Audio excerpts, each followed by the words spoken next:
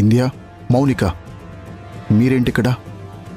అదేంటండి అత్తయ్య మావయ్య మీరింతమంది ఉండి నేను లేకపోతే ఎలా అండి?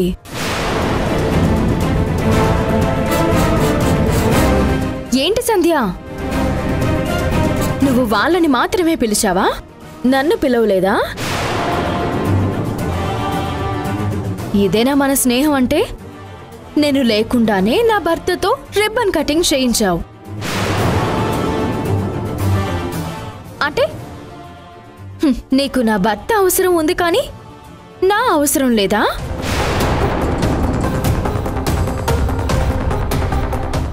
అదేంటమ్మా అలా మాట్లాడతావు? నీ భర్త అవసరం ఉండడం ఏంటి, నీ అవసరం లేకపోవడం ఏంటి? అదే అత్తయ్య, నేను లేకుండా సంధ్య మా ఆయనతో షాప్ ఓపెన్ చేయించింది కదా. అసలు నేను లేకుండా ఎప్పుడు ఏ పని మొదలుపెట్టని నా స్నేహితురాలు మొట్టమొదటిసారి నేను లేకుండానే షాప్ ఓపెన్ చేయించింది. నా భర్త ఒక్కడే ఉంటే చాలనుకుందేమో. ఏదైతేనే నా భర్త ఉంటే నేను కూడా ఉన్నట్టే కదా.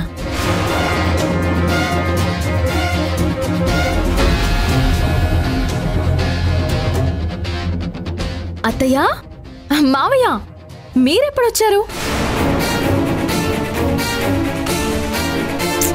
నిజంగా ఎంత గ్రేట్ మీరిద్దరు. మీ ఇంటి కోడలు సంధ్యనా లేకపోతే నేనా?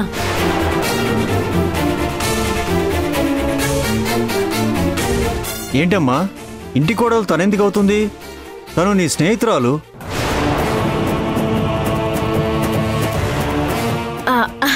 అదే చెప్తున్నాను ఎమ్మెల్యే గారు. ఇంటి కోడలైన నా గురించి కంటే సంధ్య గురించే ఎక్కువగా ఆలోచిస్తున్నారంటే మా అత్త మావయ్యలు ఎంత గొప్పవారు.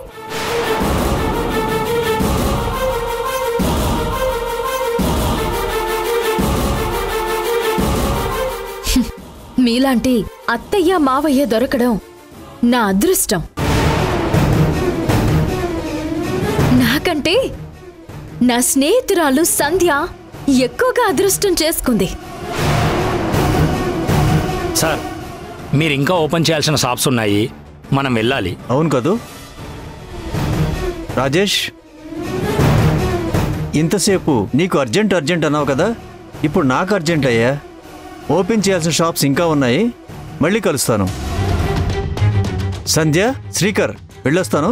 అలాగే సార్. పార్వతమ్మ గారు, వెళ్ళొస్తానండి.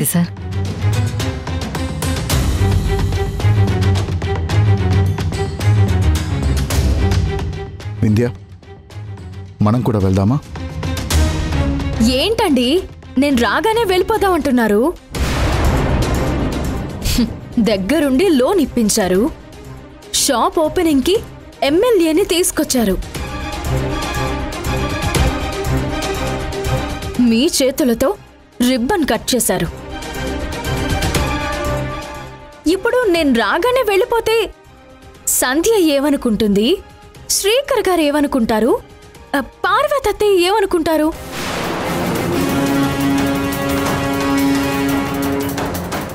చూడండి, మనిద్దరూ షాప్ కలిసి చూడాలి కదా.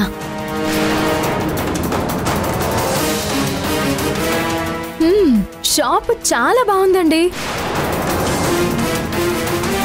చీరలన్నీ సూపర్గా ఉన్నాయి. అవును, షాప్కి ఏం పేరు పెట్టారు? సంధ్య హ్యాండ్లూమ్సా? మా ఆయన రాజేష్ పేరు పెట్టాలి కదా సంధ్య, నీ పేరు పెట్టావేంటి?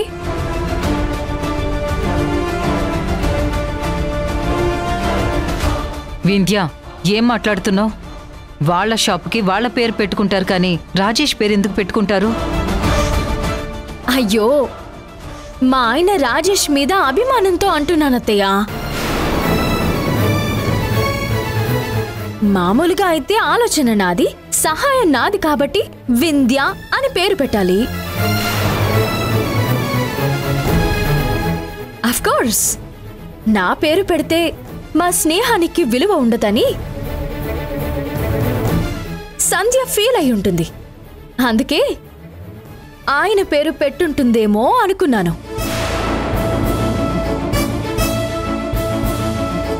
ఏదైతేనే సంధ్య పేరు పెట్టినా మా ఆయన పేరు పెట్టినా రెండు ఒకటే కదా.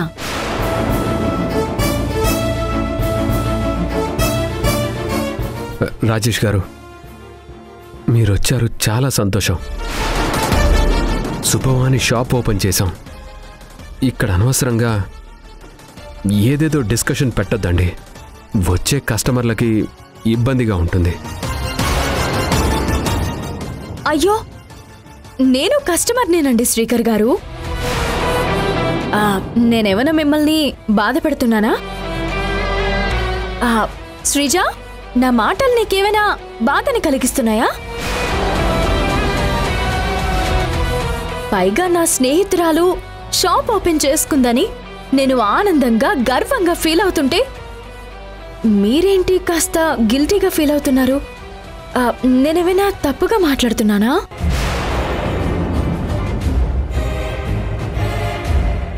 చాచా, నువ్వెందుకు తప్పుగా మాట్లాడతావు వదినా? నువ్వు మా సంధ్య వదిన అంటే మా రెండు కుటుంబాలకి ఇష్టమే కదా.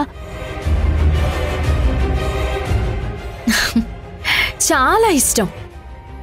సంధ్య అంటే మా అత్తయ్యకి, మా మావయ్యకి, నాకు, ముఖ్యంగా మా ఆయనకి చాలా చాలా ఇష్టం.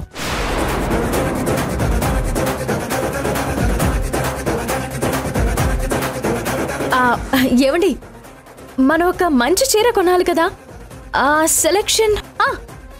సెలెక్షన్ అంటే గుర్తుకొచ్చిందండి. నా సంధ్య సెలెక్ట్ చేస్తేనే బాగుంటుంది కదా.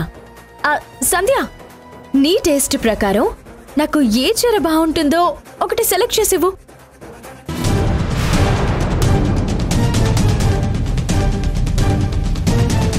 వెళ్ళు సంధ్య.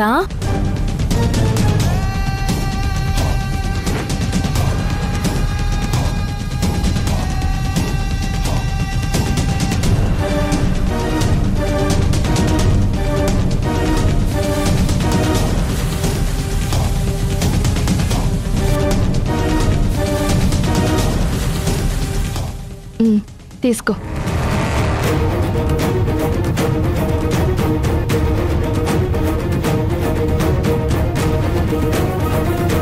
ఏమండి, మీ సంధ్య సెలెక్షన్ ఎలా ఉంది?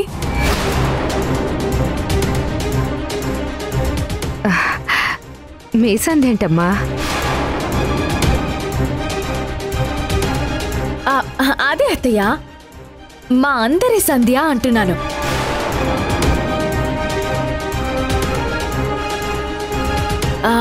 ఏమండి, మనందరికీ ఇష్టమైన సంధ్య సెలెక్షన్ ఎలా ఉంది?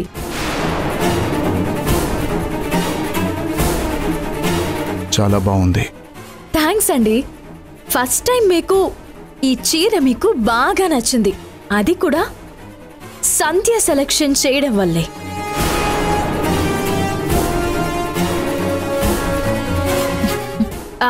చూసావా సంధ్య, నీ టేస్ట్ ఎంత గొప్పదో. All the best. ఏంటి సంధ్య అలా చూస్తున్నావు? షేక్ అండ్ ఇవ్వు.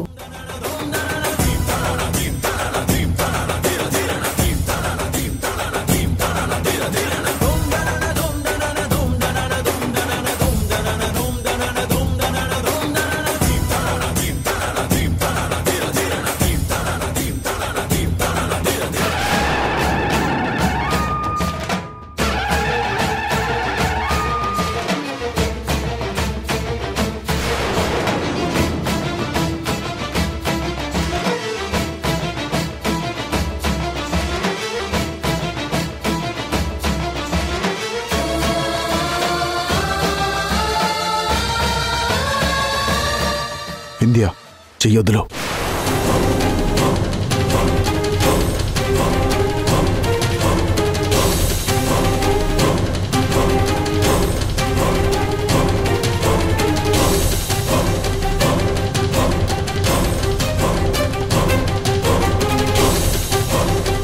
వింధ్యా, మనం వెళ్దాము.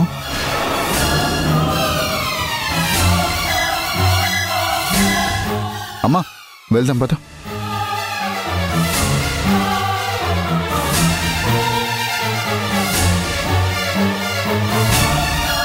అమ్మ సంధ్య, మీరు షాప్ చూసుకోండి. నేను శ్రీజ ఇంటికి వెళ్తాం. శ్రీజ, ఇంటి దగ్గర చాలా పనులున్నాయమ్మా, పద. సరేనా? మీరు చూసుకోండి.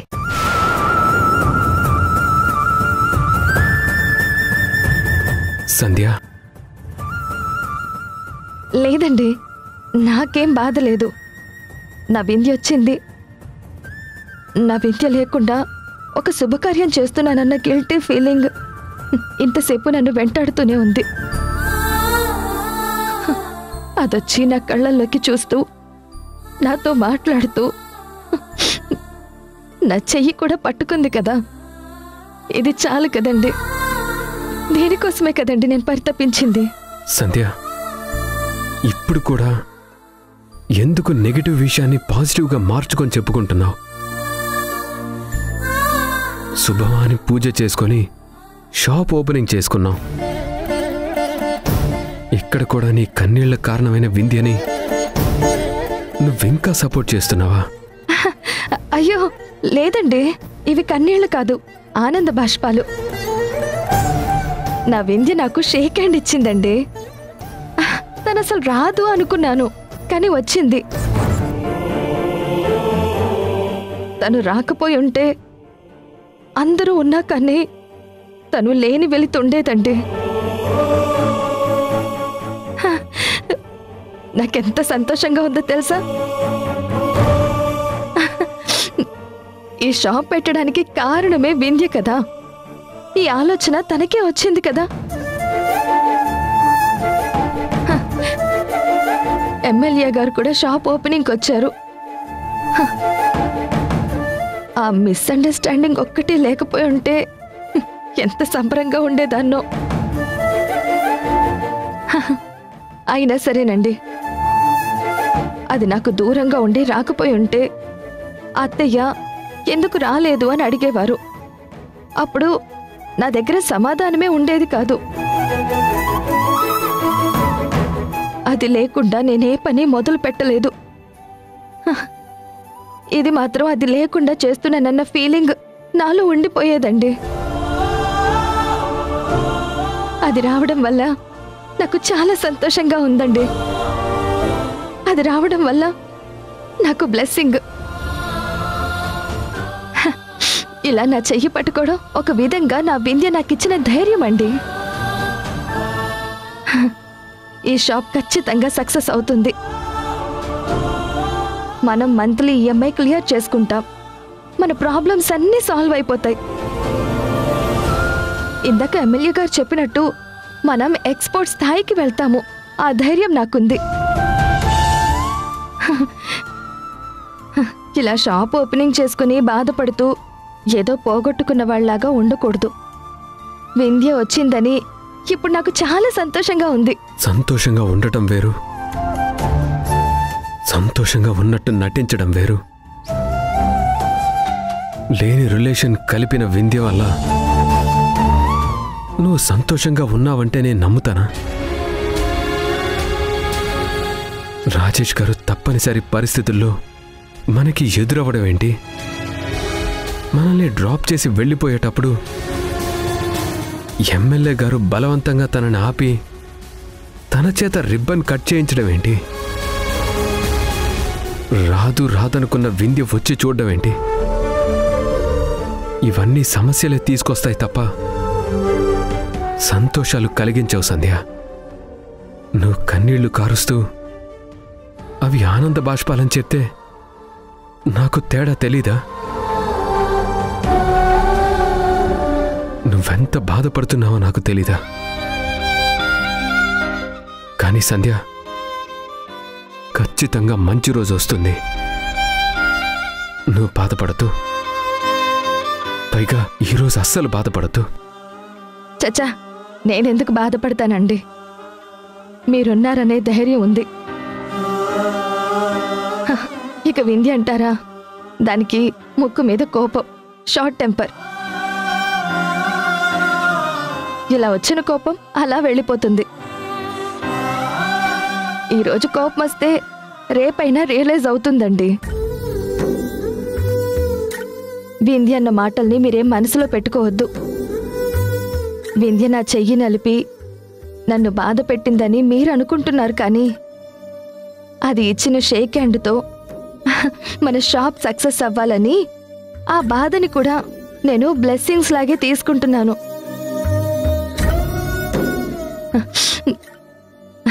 దయచేసి మీరు నా ఫ్రెండ్ నన్నేదో చేసిందని బాధపడొద్దు. ఇక నుంచి మన జీవితంలో అన్ని సంతోషాలే ఉంటాయండి. మనకు ఆ దేవుడు మంచే చేస్తాడు. దేవుడు మనకి మంచే చేస్తాడు. మంచే చెయ్యాలి సంధ్య. ఎందుకంటే అమ్మ ఆరోగ్యం, చెల్లి చదువు, కుటుంబ పోషణ భారం అంతా నీ మీద పడింది. నువ్వు సంతోషంగా ఉంటే అదే చాలు మాకు.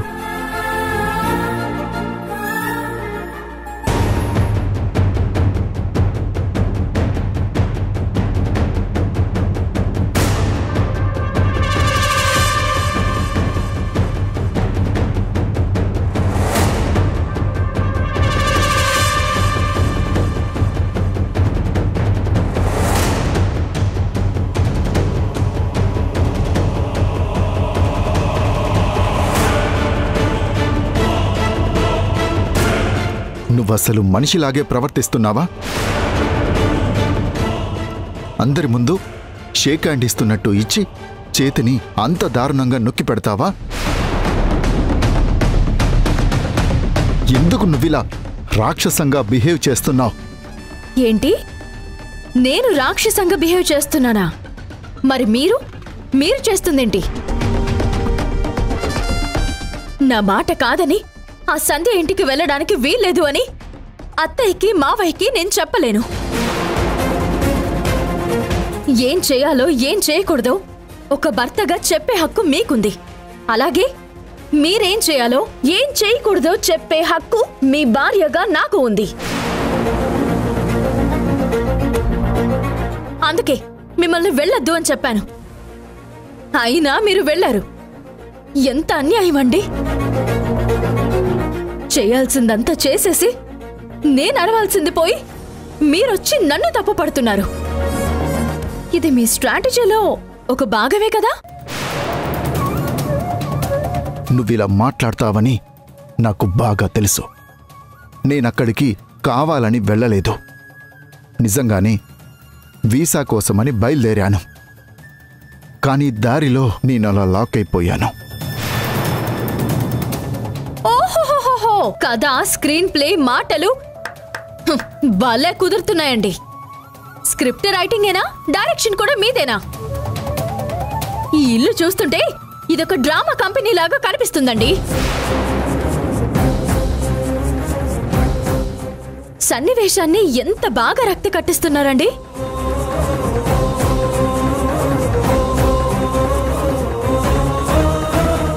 అత్తయ్య, మీ అబ్బాయి మిమ్మల్ని అందరినీ వదిలేసి నన్ను ఫారెన్ తీసుకెళ్తాను, అన్ని సమస్యలు సాల్వ్ అయిపోతాయని చెప్తే నిజమే అని నమ్మేశాను.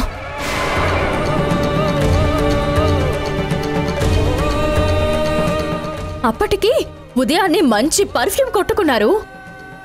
ఎక్కడికి వెళ్తున్నారండి అంటే వీసా పని మీద వెళ్తున్నానని చెప్పారు. అయ్యో నిజమే కదా, మా ఆయన నా కోసం ఎంతలా అల్లాడిపోతున్నాడు అని నేను ఫీల్ అయిపోయాను. కానీ ఎందుకో నాకు ఏదో ఒక మూల నాకు అనుమానం వచ్చింది. ఫాలో అయ్యి వెళ్తే ఈయన గారు ఇంట్లో రామయ్య, వీధిలో కృష్ణయ్య అని తెలిసింది.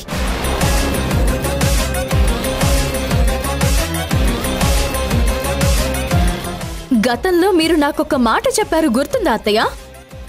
సంధ్య లేని నా జీవితం శూన్యమని, సంధ్య నా పక్కనుంటే నాకొక వాల్యూ ఉంటుందని చెప్పారు. అదే మాట సంధ్య మీ అబ్బాయి పక్కనుంటే ఆయన వాల్యూ పెరిగిపోతుందని మీరు మీ అబ్బాయితో చెప్పారా?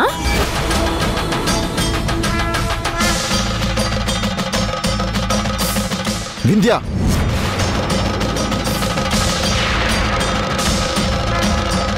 ఏంటంత కోపం? ఉన్నదేగా నేను చెప్పింది. లేదంటే కోడలు పిచ్చిదాన్లాగా నెత్తి నోరు కొట్టుకుని ఆ సంధ్య వల్ల మనశ్శాంతి లేదు అని బాధపడుతుంటే ఒక్కరు కూడా నా గురించి ఆలోచించకుండా కుటుంబం మొత్తం వెళ్ళి షాప్ ఓపెనింగ్ చేశారు.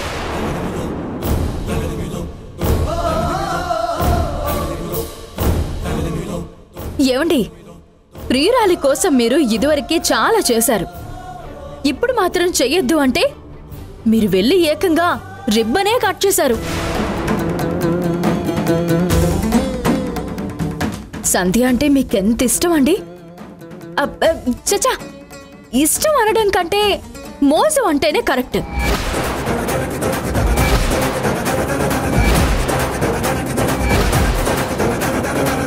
ఆ సంధ్య నాకు సవతి అని చెప్పిన తర్వాత నా సవతి కోసం నా అత్త మామలు రాయబారం చేస్తుంటే నిజంగానే నేను ఒక జీరో అని నాకు అనిపిస్తుంది.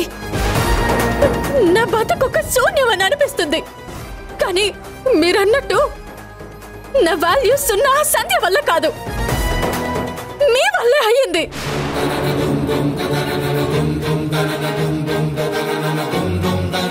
పాప మౌనిక చూడండి, నా కోసం ఎక్కడికి వెళ్లకుండా నేనేమైపోతానో, ఈ బాధలో ఎటు వెళ్ళిపోతానో అని నన్నే అంటు పెట్టుకునుంది. కనీసం నువ్వొక్కదానివైనా ఉన్నావు మౌనిక. ఏ నుయ్యిలోనో గొయ్యిలోనే నేను పడి చేస్తే వింధ్య చచ్చింది అని చెప్పడానికైనా నువ్వు నాకు తోడుగా ఉన్నావు. చాలా థ్యాంక్స్ సిస్టర్. వింధ్య, ఇప్పుడు ఏం మాట్లాడినా నువ్వు అర్థం చేసుకునే పరిస్థితిలో లేవు.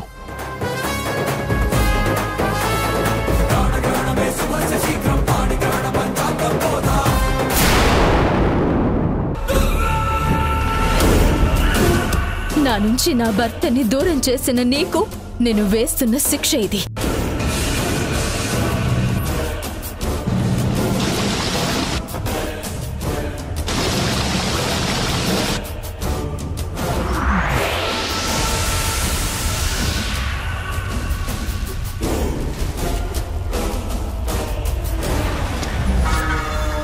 సంధ్య, నాతో పెట్టుకున్నావు కదా, ఈ రోజు నుంచి నీ జీవితం ఇలా రావణ కాష్టంలా దహించుకుని పోతూనే ఉంటుంది.